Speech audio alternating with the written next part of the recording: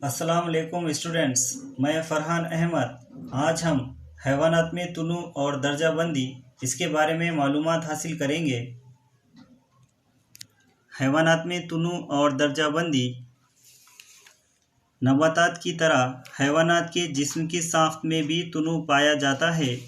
आँखों से नज़र न आने वाला अमीबा और मुख्तलिफ़ किस्म के बैक्टीरिया, जसामत में बड़ा हाथी, छोटे घोंघे, पानी में तैरने वाली मछलियाँ, आसमान में बुलंदी पर उड़ने वाले परिंदे, फूलों पर मंडलाने वाली तितलियाँ और दूसरे कीड़े, दीवारों पर रेंगने वाली छिपकली, ये तमाम हैवानात है।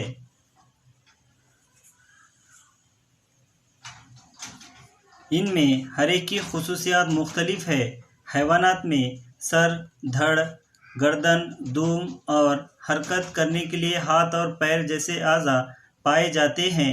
जिस्म के मुख्तलिफ अफ़ाल अंजाम देने के लिए मुख्तलिफ उज़वी निज़ाम भी होता है। अब हम हैवानात के तग़ज़िये में यानी खाने पीने में भी तुनु पाया जाता है, इसके बारे में मालूमात हासिल करेंगे। हैवानात के तग़ज़िये में यानी खाने पीने में भी तुनु पाया जाता है। हैवानात ग़िज़ा के लिए दूसरे पर इन्हिसार होते हैं। इन्हें जहाँ ग़िज़ा मिलती है वहीं बस जाते हैं। इसी बिना पर इनकी जिस्म की साख्त भी मुख्तलिफ होती है। हैवानात की दर्जाबंदी के लिए जिस खुसूसियत की बिना पर सबसे पहले ग्रोहबंदी की जाती है वो है रीढ़ की हड्डी का होना या ना होना।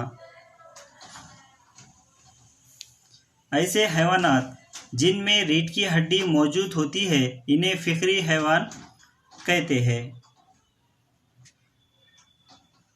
जैसे इंसान, हाथी, सांप, मछली और इसी तरह जिन हैवानात में रीढ़ की हड्डी ना हो इन्हें गैर फ़िक्री हैवान कहते हैं। जैसे घोंघा, झिंगर, केचुआ, खुर्दबीनी जानदार वगैरह। और इसी तरह खलियों के लिहाज से भी हैवानात की जमातबंदी की जाती है। यह खलवी हैवान ऐसे हैवान जो सिर्फ एक खलिए से बने होते हैं इन्हें एक खलवी हैवान कहते हैं। जैसे अमीबा, मुख्तलिफ़ किस्म के बैक्टीरिया और पैरामेशम वगैरह। कसीर खलवी हैवान ऐसे हैवानात जो एक से ज़ायद खलिए से बने होते हैं इन्हें कसीर खलवी हैवानात कहते हैं।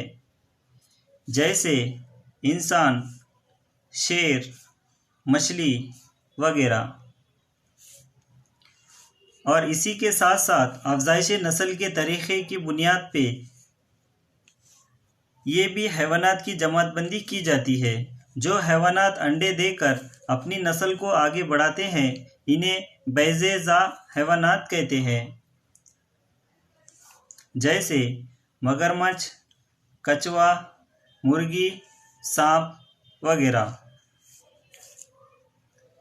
और जो हैवानात बच्चे देते हैं इन्हें बच्चा-ज़ा हैवानात कहते हैं। जैसे इंसान, बकरी, गाय, शेर वगैरह। हैवानात के मस्कन की बुनियाद पर भी इनकी जमातबंदी की जाती है। जैसे बर्री हैवान। ऐसे हैवानात जो ज़मीन पर रहते हैं इन्हें बर्री हैवानात कहते हैं। जैसे इंसान, घोड़ा, शेर, हरन वगैरह। अब हम देखेंगे आबी हैवानात। ऐसे हैवानात जो पानी में रहते हैं इन्हें आबी हैवानात कहते हैं। जैसे मछलियाँ, एक्टोपस, स्टारफिश, जेलीफिश वगैरह। जल थलिए ऐसे हैवानात जो पानी और ज़मीन दोनों जगहों पर रहते हैं इन्हें जल थलिए कहते हैं। जैसे मगरमच्छ, कछुआ, सांप, केकड़ा वगैरह। अब हम देखेंगे फिजाई हैवानात। ऐसे हैवानात जो ज़मीन पर रहने के साथ साथ फिज़ा में भी परवास करते हैं, इन्हें फिजाई हैवानात कहते हैं। जैसे चील, तितली, कौवा, शहद की मक्खी वगैरह। और इसी के साथ साथ जिल्द की खुसूसियात के लिहाज से भी हैवानात की जमातबंदी की जाती है। जैसे सफनेदार। जिन हैवानात की जिल्द सफनों से बनी होती है, इन्हें सफनेदार हैवानात कहते हैं। जैसे मछली और इस जैसे बहुत से दूसरे जानदार। अब हम देखेंगे बालदार। जिन हैवानात की जिल्द पर बाल होते हैं, इन्हें बालदार हैवानात कहते हैं। जैसे इंसान, शेर, भालू वगैरह। अब हम देखेंगे परदार। जिन हैवानात की जिल्द परों से ढकी होती है, इन्हें हम परदार हैवानात कहते हैं। जैसे मुर्गी, चील, तोता वगैरह।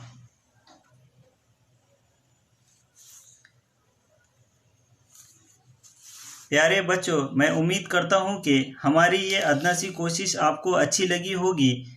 इस वीडियो को आप अच्छी तरह समझ के ज़हन नशीन करो। शुक्रिया।